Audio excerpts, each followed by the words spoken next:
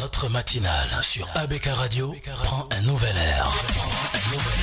Tous les jours, entre 6h et 9h, nous réveillons la ville avec un authentique parfum de bonne humeur pour que personne ne manque de bonheur de la journée. Nous avons entre lundi et vendredi le bon exemple. Des moments intelligents et de fou rire. De l'humour à briser les côtes. Le bêtisier de la semaine. Intelligente. La pilule de Réole. Je lis, j'apprends. Le regard de Julio. Les ABK du marketing. Instance authentique de motivation à l'économie pour les débutants. Les experts de marque, ceux qui font trembler la radio, sont nos invités dans la matinale. Entre 6h et 9h, présenté par Luc Gacha et Nadine Gadem. Dans mon pays, on tire sur les gens lorsqu'ils manifestent. On a vu Bouteflika n'a tiré sur personne. Pourtant, c'est un régime militaire. Les généraux s'étaient déjà réunis pour dire que ici, là, la rue ne passera pas. Mais on n'a pas tiré sur une seule personne. Donc, chez nous, le président habitue le peuple à accepter qu'on tire sur les gens et à dire aux gens, ah voilà, les gens ont envoyé vos enfants dans la rue. Tant pis pour eux, ils veulent qu'on tue vos enfants. Mais personne ne lui demande que, mais pourquoi tu tues? Puisque la Constitution garantit toutes nos libertés. On ne lui pose pas la question. Et finalement, l'opinion se retourne contre les opposants. Et l'ECAM est une force en plus aux côtés du parti au pouvoir, qui ne peut jamais invalider l'élection du parti au pouvoir. Donc, l'ECAM ne sert à rien. Maintenant, vous me direz, ils disent que voilà, c'est la communauté internationale qui nous a infligé les commissions électorales. Maintenant, on a fait une commission électorale, il faut vous plier à cette commission électorale. Sauf qu'ils nomment les gens en fonction de leur sensibilité politique, puisque tous sortent du RDPC. Et il n'est même pas question qu'ils disent non, puisqu'il peut te dégommer du jour au lendemain. Donc, quand tu es déjà assis avec ta belle 4x4, le gendarme devant, et les moyens pour avoir une belle villa, bon, ça devient un peu difficile de dire non. Je militerai pour que Kamto soit dehors. Parce que un opposant ne peut pas, on ne peut pas criminaliser l'opinion politique dans notre pays. Après tout ce qu'on sait, il y a d'abord des conventions. Quand on dit que ouais, ils sont en train d'entrer ingérence, il n'y a pas ingérence. On est attaché par des traités, on est attaché par des conventions. Vous ne pouvez pas vous lever là comme si vous êtes seul dans votre île déserte et dire que je ne veux pas qu'on mette le pied dans ma maison. C'est faux. Le principal adversaire, c'est Paul Biya. Effectivement, Paul Biya ne nous a rien prouvé depuis qu'il est au pouvoir. Et je le disais l'autre jour, dans quelques mois, c'est même pas dans un an, ça fera 60 ans qu'on est indépendant. 60 ans et 2 présidents. Et un président qui, manifestement, ne tient plus debout. Et ce président, il fait ce qu'il veut. Et chaque fois que les gens descendent dans la rue, il tire. Il a tiré en 91, il a tiré en 2008, tirer maintenant sur les militants du MRC, c'est inadmissible. Le président camerounais ne se soucie pas de ses concitoyens. Son seul problème, c'est d'aller à des sommets où il y a le président des États-Unis et le président français. Il ne va pas à l'Union africaine, il ne va même pas au sommet de la CEMAC, alors qu'on l'a élu pour nous représenter à tous ces cercles de pouvoir. Il ne le fait pas.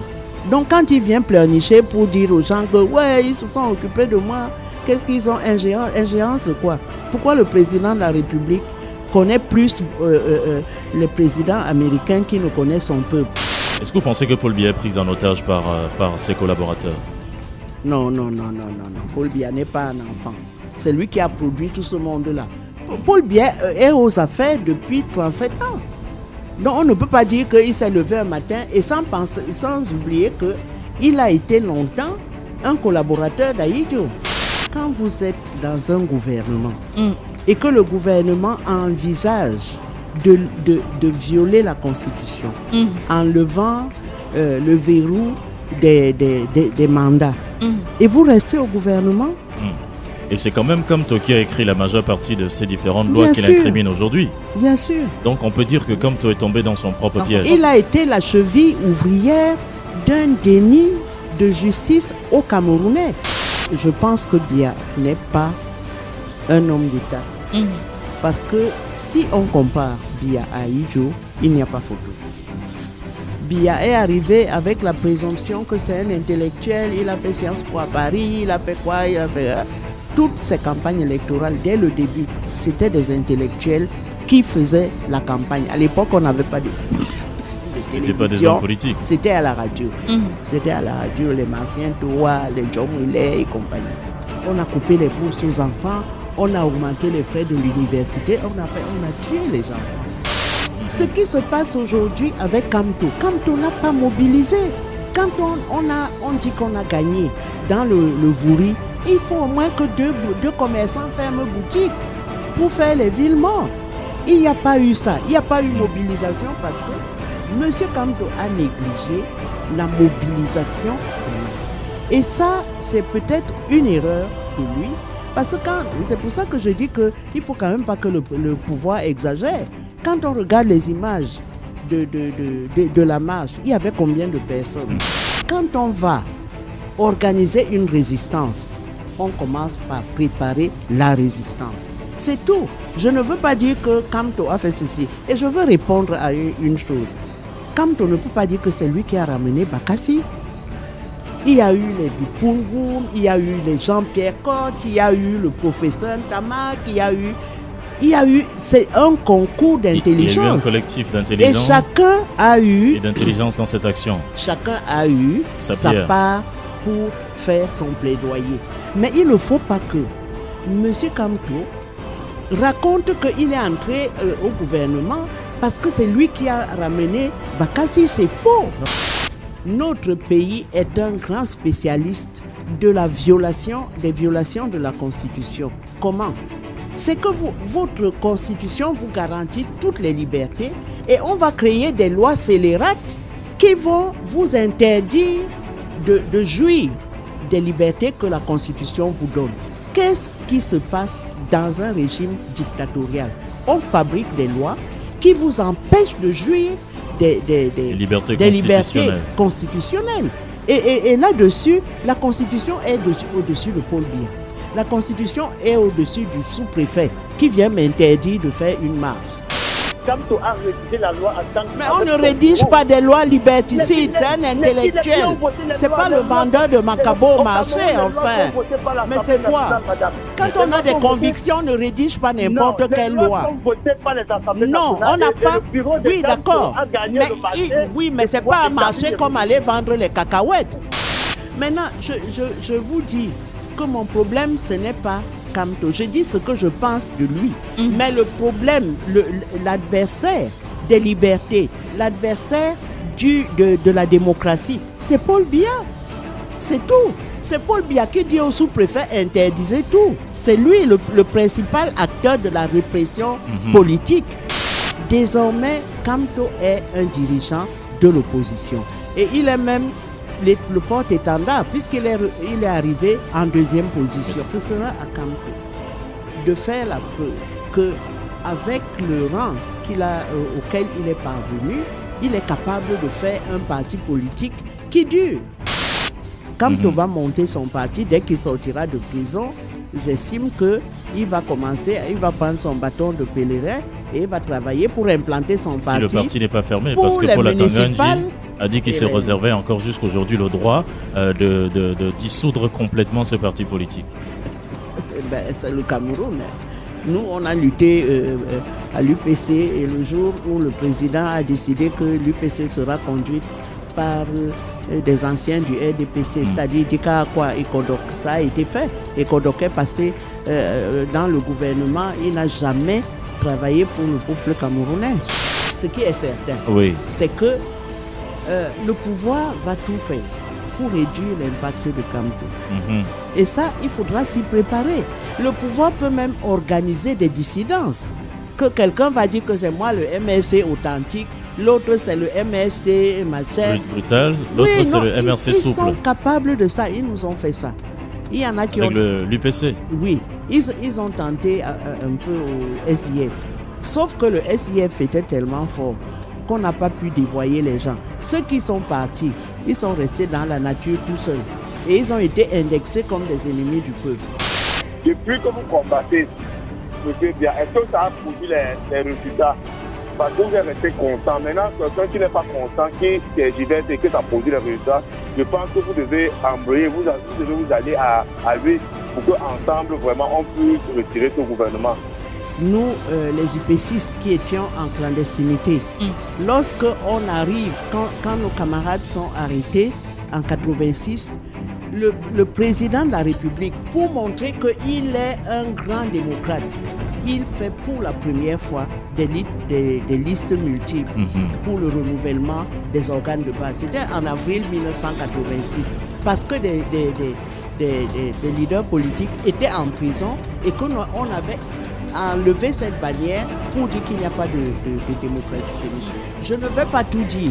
Jusqu'à quand nous sommes allés en prison, il y a eu plusieurs vagues d'arrestations avant que Ekane et moi ne soyons traduits au tribunal militaire. Et ça a eu des effets. Maintenant, quand quelqu'un s'assoit et dit que vous n'avez jamais rien fait, bon, ça n'engage que la personne. C'est bien.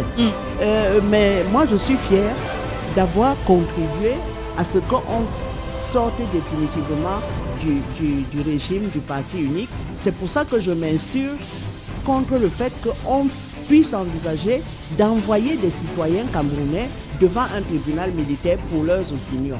Parce que nous, on a payé pour ça, on ne savait pas que ça allait recommencer. Où est la déclaration des biens de Paul Biya? Est-ce qu'il allait bien? Ah bon? La plantation là de Mbomaka, vous n'avez jamais entendu parler de ça? Où est sa déclaration? On nous a dit qu'il a des maisons en Suisse et des hôpitaux aussi. Quand on veut faire une opération même propre, comme les Italiens appelaient ça manipulité, on donne l'exemple. Et si tous ces jeunes fonctionnaires-là n'avaient pas eu l'impression qu'on pouvait détourner de l'argent sans conséquence, ils n'auraient pas fait. Donc si on a donné l'impression qu'ils peuvent être milliardaires et que ça ne gêne pas le président de la République, qui leur a donné cette idée-là? Qui leur a donné cette Edgar n'est pas le seul. Si ce n'est pas le président lui-même, puisque ce sont ses enfants qu'il est en train d'attraper. Dites-nous un peu, puisque vous critiquez tant le président de la République, est-ce que ça vous dirait d'accéder à la magistrature suprême? Si les choses changent, et j'espère qu'elles vont changer, c'est pour ça que quand vous dites tu n'as rien fait, tu as échoué. Oui, si les choses changent, je suis candidate à la présidence de la République. Maurice Kamto est allé aux élections. Il a eu un certain score. Oui. Moi, je conteste ce score parce que je connais notre pays. Maintenant, c'est pour dire que je suis sûr qu'il a eu mieux que ça. Donc c'est pas M. Biya qui a gagné les élections, vous rejoignez l'autre opposition qui estime que c'est pas le RDPC qui a gagné. Le RDPC gagne les élections quand même. On traficote toutes les élections pour que le RDPC gagne les élections. Donc vous acceptez que si les choses changent, vous pouvez mettre la candidature, sauf que vous avez 70 ans, vous l'avez dit tout à l'heure. Et les Camerounais ont un problème avec l'âge apparemment au Cameroun. Sans blague. Oui. Oui, mais M. Biya n'a pas mon âge. Voilà, 86 ans. Je le dis parce que j'ai la capacité de diriger le pays. Ce qui n'est pas son cas. Voilà, ce qui n'est pas le cas de qui? De Paul Biya. Mais il dirige depuis combien? Depuis 36 ans. Mais est-ce qu'il dirige bien? Où est le pays? Qu'est-ce qui vous dit que vous allez bien diriger? Où est le pays? Pourquoi vous dites ça? M. Tiremont, à l'époque d'ailleurs, ministre de la Communication, nous disait tout le temps c'est le seul pays en Afrique centrale et un peu en Afrique qui n'a pas connu de guerre pendant au moins 10-15 ans. C'est le seul pays qui connaît la paix et la stabilité. C'est le seul pays qui prospère justement à regarder un peu nos PIB et nos chiffres. Donc le Cameroun est sur la bonne voie. Ah bon? On pourrait faire mieux. Hein? Du point de vue des ressources humaines au Cameroun, on a tout ce qu'il faut. Parce que le chômage est tellement fort que beaucoup de jeunes gens font 1, 2, 3 masters pour garantir l'accès au travail. Et ils leur ont dit, on n'a pas besoin de vous. Voilà. Madame Henriette Ekoué, peut-être prochaine présidente de la République, vous ne serez pas première dame, puisqu'à côté de vous, il n'y a pas un homme, mais vous serez bien. Voilà, il n'y aura pas d'homme à côté de vous, mais vous serez bien la présidente de la République du Cameroun. quand vous regardez par exemple les gens appeler Madame Chantal Biya son Excellence Chantal Biya et que Madame Chantal Biya préside au défilé du 8 mars à côté du ministre de la Femme et de la Famille, ça vous suggère quel commentaire? Bon, peut-être qu'elle fait ça en tant que vous pareil. Moi, je suis choquée quand je vois qu'aujourd'hui, on adresse des vœux, non pas au président de la République, mais au couple. La présidente n'a pas été élue par quelqu'un. Donc, c'est une usurpation d'un titre. Elle est qui dans les institutions? Elle n'est rien.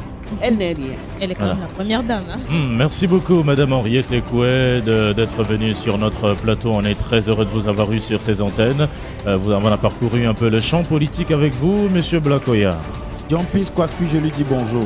Encore bonjour, merci. Justement, on vous retrouve demain avec le même plaisir. On sera peut-être avec Gilbert Baon-Labia, si vous voulez.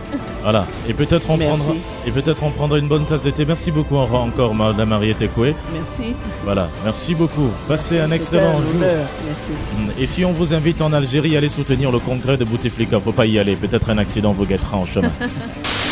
Entre 6h et 9h, présenté par Luc Gacha et Nadine Gadem.